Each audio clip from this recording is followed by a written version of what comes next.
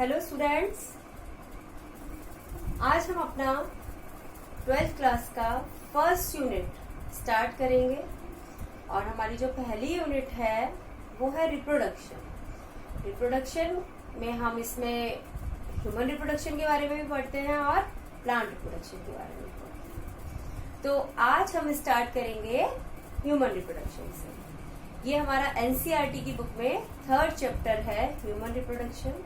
तो आज हम जो चैप्टर स्टार्ट कर रहे हैं वो है ह्यूमन रिप्रोडक्शन। तो रिप्रोडक्शन के बारे में आप सब लोग जानते हैं कि रिप्रोडक्शन क्या होता है। अपने ही जैसे जो लिविंग बीइंग है उन्हें प्रोड्यूस करना, ये इस प्रोसेस को कहते हैं हम रिप्रोडक्शन। रिप्रोडक्शन यानी कि दोबारा से प्रोड्यूस करना। क्या प्रोड्यूस करना?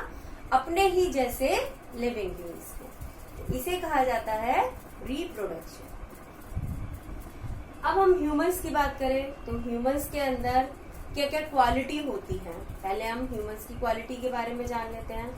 जो ह्यूमंस होते हैं वो यूनिसेक्सुअल होते हैं, यानी कि एक लिंगी होते हैं, यानी मेल अलग है और फीमेल अलग है। यानी वो इंडिविजुअल जिसके अंदर मेल सेक्स ऑर्गन्स हैं वो मेल होगा और जिसके अंदर फीमेल है वो फीमेल होगा।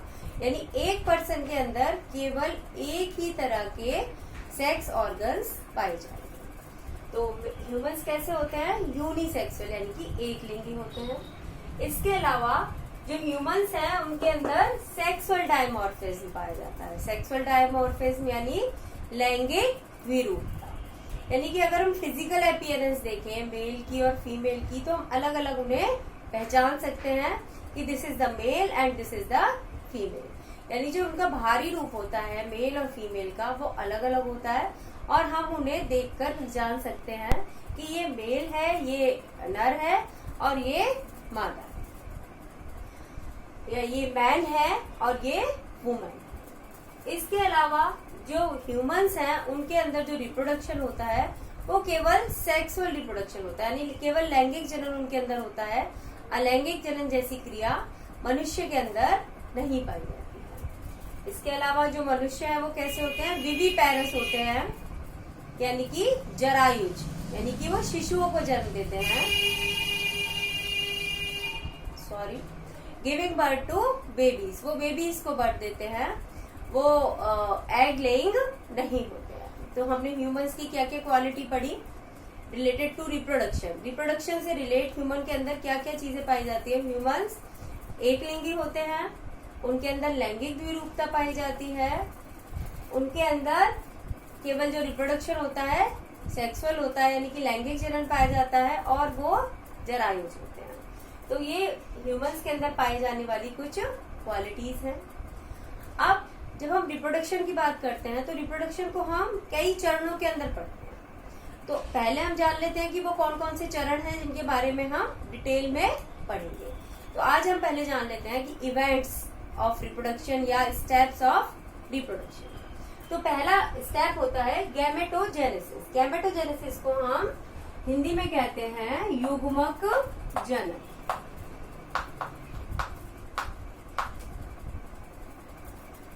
जो युग्मक है मेल के अंदर यानी कि नर के अंदर जो युग्मक होते हैं वो स्पर्म्स होते हैं और फीमेल के अंदर वो एग्स होते हैं। मेल के अंदर जो युग्मक बनने की क्रिया है उसे कहा जाता है स्पर्मेटोजेनेसिस या शुक्राणु जनन, या हम उसे कहते हैं शुक्राणु जनन।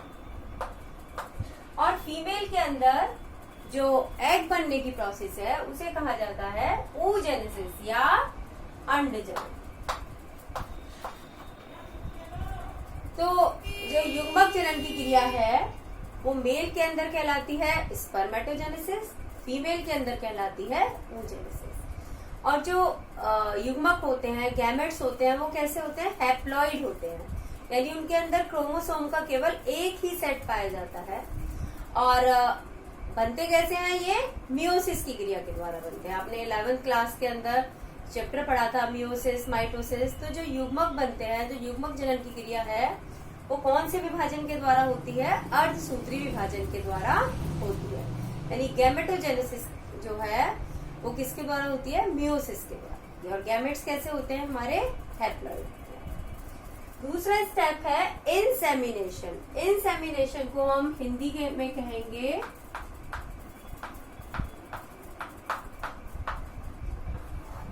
वीर्य सेचन। इस क्रिया के अंदर जो मेल गैमेट्स होते हैं यानी कि नर युग्मक होते हैं, उनके फीमेल गैमेट जो है जो फीमेल रिप्रोडक्टिव ट्रैक्ट है उसके अंदर जो पहुंचने की प्रोसेस है उसे कहा जाता है इंसेमिनेशन। जो मेल गैमेट है, स्पर्म है, वो कैसा होता है, मोटाइल होता है, यानी कि वो मूव कर सकता है, एक जगह से दूसरी जगह जा सकता है। तो मेल गैमेट के फीमेल के रिप्रोडक्टिव ट्रैक्ट के अंदर जो उसका जनन तंत्र है उसके अंदर पहुंचने की जो प्रोसेस है उसे कहा जाता है इंसेमिनेशन। तो पहली प्रोसेस क्या थी, युग्मक का निर्माण। दूसरी प्रोसेस क्या है, नर युग्मक का मादा जनन तंत्र के अंदर पहुंचना। अब थर्ड स्टेप है फर्टिलाइजेशन। फर्टिलाइजेशन यानी कि निषेचन।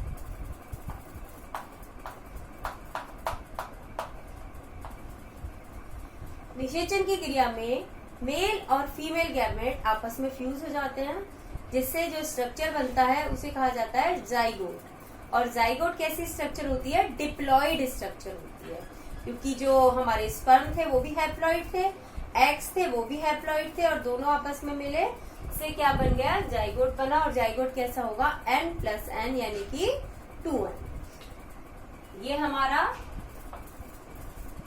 स्पर्म है और ये हमारा एग है, दोनों आपस में मिले, इससे क्या बना, जाइगोट। ये भी कैसा है, n, और ये भी कैसा है, n। दोनों ही कैसे हैं, हैप्लॉइड स्ट्रक्चर है, और मिलकर क्या बना, जाइगोट बना। और जो कैसा स्ट्रक्चर है, डिप्लॉइड स्ट्रक्चर। इसके बाद फोर्थ स्टेप है हमारा डिवीजन या क्लीवेज। डिवीजन यानी कि विभाजन। और जो जाइगोट के अंदर जो विभाजन होता है उसे स्पेशल नाम दिया जाता है क्लीवेज। क्लीवेज यानी कि हिंदी में इसे कहते हैं हम विदलन। तो क्लीवेज जाइगोट क्या है, एक सिंगल सेल स्ट्रक्चर है। एग मिली और स्पर्म मिला, उससे क्या बनी, दोनों के न्यूक्लियस आपस में मिल गए, एक सिंगल सेल बनी, जाइगोट। अब ये जो सिंगल सेल है इसके अंदर डिवीजन स्टार्ट हो जाते हैं, जिससे कि एक multi cellular ball like structure बन जाती है। इन स्टेजेस के बारे में आगे हम डिटेल में पढ़ेंगे। तो जो जाइगोट है उसके अंदर डिवीजन स्टार्ट होता है, उस डिवीजन को हम एक स्पेशल नाम देते हैं क्लीवेज या विदलन, जिससे जो सिंगल सेल जाइगोट है वो मल्टी सेल्यूलर बॉल के अंदर चेंज हो जाता है। इसके बाद हमारा नेक्स्ट स्टेप है इम्प्लांटेशन। इम्प्लांटेशन को हम हिंदी में कहते हैं रोपण।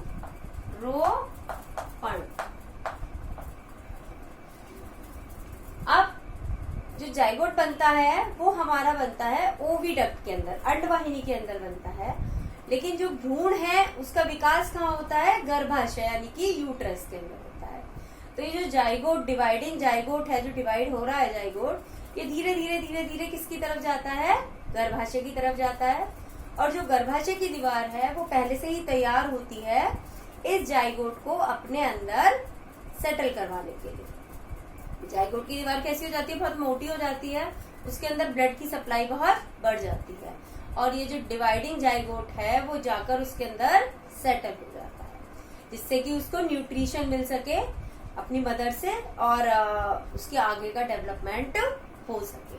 तो इस प्रोसेस को हम कहते हैं इम्प्लांटेशन, यानी जाइगोट का यूट्रस के अंदर सेटल होना। This process is known as implantation. Next है प्लेसेंटेशन।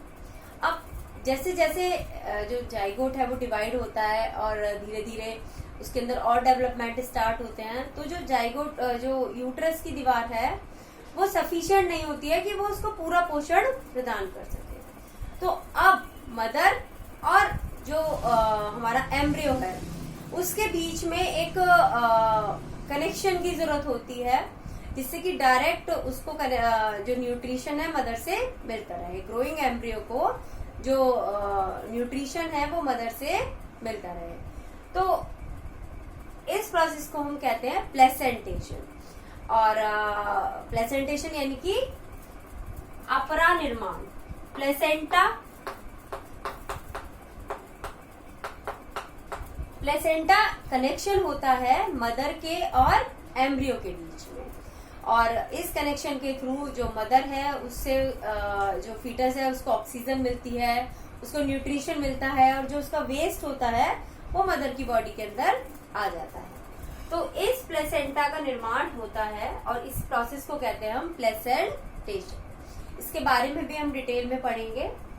नेक्स्ट प्रोसेस है हमारी गैस्ट्रुलेशन।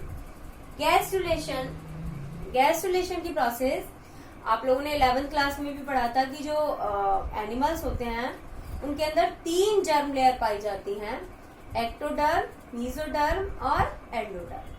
तो इन तीनों जर्म लेयर के निर्माण की प्रोसेस को हम कहते हैं गैस्ट्रुलेशन। और जब ये तीनों जर्म लेयर बन जाती हैं उस समय जो जाइगोट है उसको एक स्पेशल नाम दे दिया जाता है गैस्ट्रुला। तो इसीलिए इस प्रोसेस को हम कहते हैं गैस्ट्रुलेशन, यानी जो एक्टोडर्म, मेसोडर्म और एंडोडर्म बनने की जो प्रोसेस है this is known as gastrulation. इसके बाद जो हमारा 8th स्टेप है वो है ऑर्गेनोजेनेसिस, यानी कि अंग निर्माण। अब 3 लेयर बन गई, अब ये जो तीनों लेयर हैं वो अलग अलग ऑर्गन्स का निर्माण करेंगी, और इस प्रोसेस को कहते हैं हम ऑर्गेनोजेनेसिस। यानी जितने भी बॉडी के अंदर टिश्यूज होते हैं, जितने भी ऑर्गन्स होते हैं, उन सब का निर्माण किससे होता है? इन तीनों जर्म लेयर से ही होता है, और इस प्रोसेस को कहा जाता है ऑर्गेनोजेनेसिस। और लास्ट स्टेप होता है हमारा पार्चुरेशन। पार्चुरेशन यानी कि जब एम्ब्रियो फुल्ली डेवलप हो जाता है, यानी कि शिशु का निर्माण हो जाता है मदर के यूट्रस के अंदर, मदर के गर्भाशय के अंदर, तब जो फुल्ली डेवलप फीटस है, फीटस यानी कि जो शिशु है जो पूरी तरह डेवलप हो गया है, उसका मदर की बॉडी से बाहर आना, इस प्रोसेस को हम कहते हैं पार्चुरेशन, और हिंदी में इसे कहा जाता है प्रसव। मदर की बॉडी से फुल्ली फॉर्म्ड फीटस का बाहर आना, this process is known as parturition. और इस तरीके से जो हमारा जो रिप्रोडक्शन की प्रोसेस है 9 स्टेप्स में पूरी होती है। पहला स्टेप गैमेटोजेनेसिस, गैमेट्स का फॉर्मेशन। दूसरा गैमेट्स का फ्यूजन, इससे जाइगोट का फॉर्मेशन होता है। थर्ड है हमारा जाइगोट का डिवीजन, डिवीजन होता है जाइगोट का। फिर नेक्स्ट हमारा प्रोसेस है इम्प्लांटेशन, यानी कि यूट्रस के अंदर, गर्भाशय के अंदर इस डिवाइडिंग जाइगोट का सेटल होना। उसके बाद आता है हमारा गैस्ट्रुलेशन, यानी कि तीनों जर्म लेयर, एक्टोडर्म, मेसोडर्म और एंडोडर्म का निर्माण। इसके बाद ऑर्गेनोजेनेसिस, ऑर्गन्स का निर्माण, और उसके बाद पार्चुरेशन, पार्चुरेशन यानी कि फीटस का बॉडी से। तो ये जो प्रोसेस है फर्टिलाइजेशन से लेकर और पार्चुरेशन तक, इस पूरी प्रोसेस को हम कहते हैं जेस्टेशन पीरियड, यानी कि गर्भकाल। Gestation period. तो जेस्टेशन पीरियड क्या है? जेस्टेशन पीरियड है फर्टिलाइजेशन से लेकर पार्चुरेशन तक का जो पूरा टाइम पीरियड है उसे हम कहते हैं जेस्टेशन पीरियड या गर्भकाल। और मनुष्य के अंदर ये कितना होता है? 280 डेज, लगभग कितना होता है? 280 डेज या 40 वीक्स या 9 मंथ्स। यानी कि जो जेस्टेशन पीरियड है वो लगभग 280 डेज या 40 वीक्स या 9 मंथ्स होता है। यानी निषेचन से लेकर और प्रसव तक का जो टाइम पीरियड है उसे गर्भकाल कहा जाता है, और इसकी अवधि लगभग 280 दिन या 40 हफ्ते या 9 महीने।